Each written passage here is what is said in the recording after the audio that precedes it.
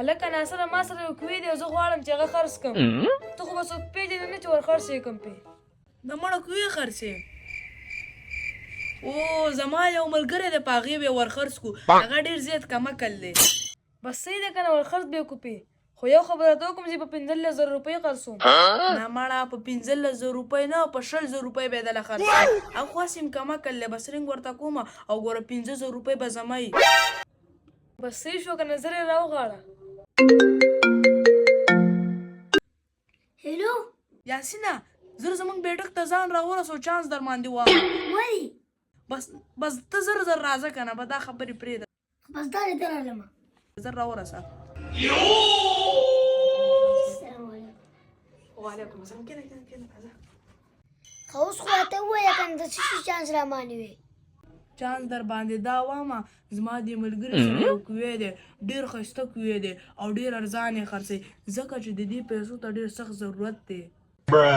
نو ما ویل چې ته ته واخله ځکه دا کوې د 10,000 روپو دی او دی اوس په 60,000 روپۍ صرف خرڅوي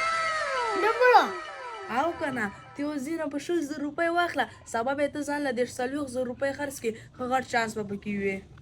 بس صحیح ده که نه خوښه مې ده همدا اوس دې ورنه واخلم هلکه ناصره پرون چې په چا کوې خرڅ کړی و که نه هغه خو په رښتیا ډېر غټ کمکل و 15,000 روپو کوې په 60,000 روپۍ خرڅ کړه او که نه مړه خو ډېر غټ کمکل دی زه په اوس هم خفه یم چې په 10,000 روپۍ مو په ور خرڅ کړی وی که نه بیا به یې ډېر خوند کړی وی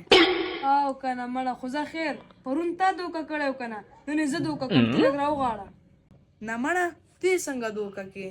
ته پرېږده دا خبرې که نه ته خو راوغواړه ته ګوره نه درله زه په 60,000 روپو کې وایم ښه خو بس دا دې همدا اوس یې راغواړم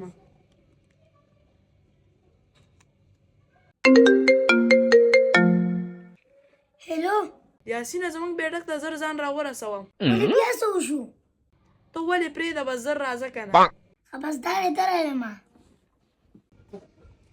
السلام علیکم وایه ناصره څه خبره دې کوله خبره درته ما کوله ما راوښتې دلته ګوره تا باندې ما پرون صرف کوې خرڅ کړی و او هغې که چې کومې دنده زما اوبه دي هغه مې در باندې نوې خرڅې کړې وي د هغې روپۍ مې راوباسه نه ښه دا اوس ما دوکه کوي صبر وکړه اوس ورته زه چل وښیم او کله مړه پرون نه زه هم تا پسې ګرځېدم چې ته به چېرته میلاوېږې خو دې خپله ترې راوغوښتلم ما پسې ګرځېدې ولې ما پسې ولې ګرځېدې ګوره ما تا نه پرون صرف کوې اخیستې که نه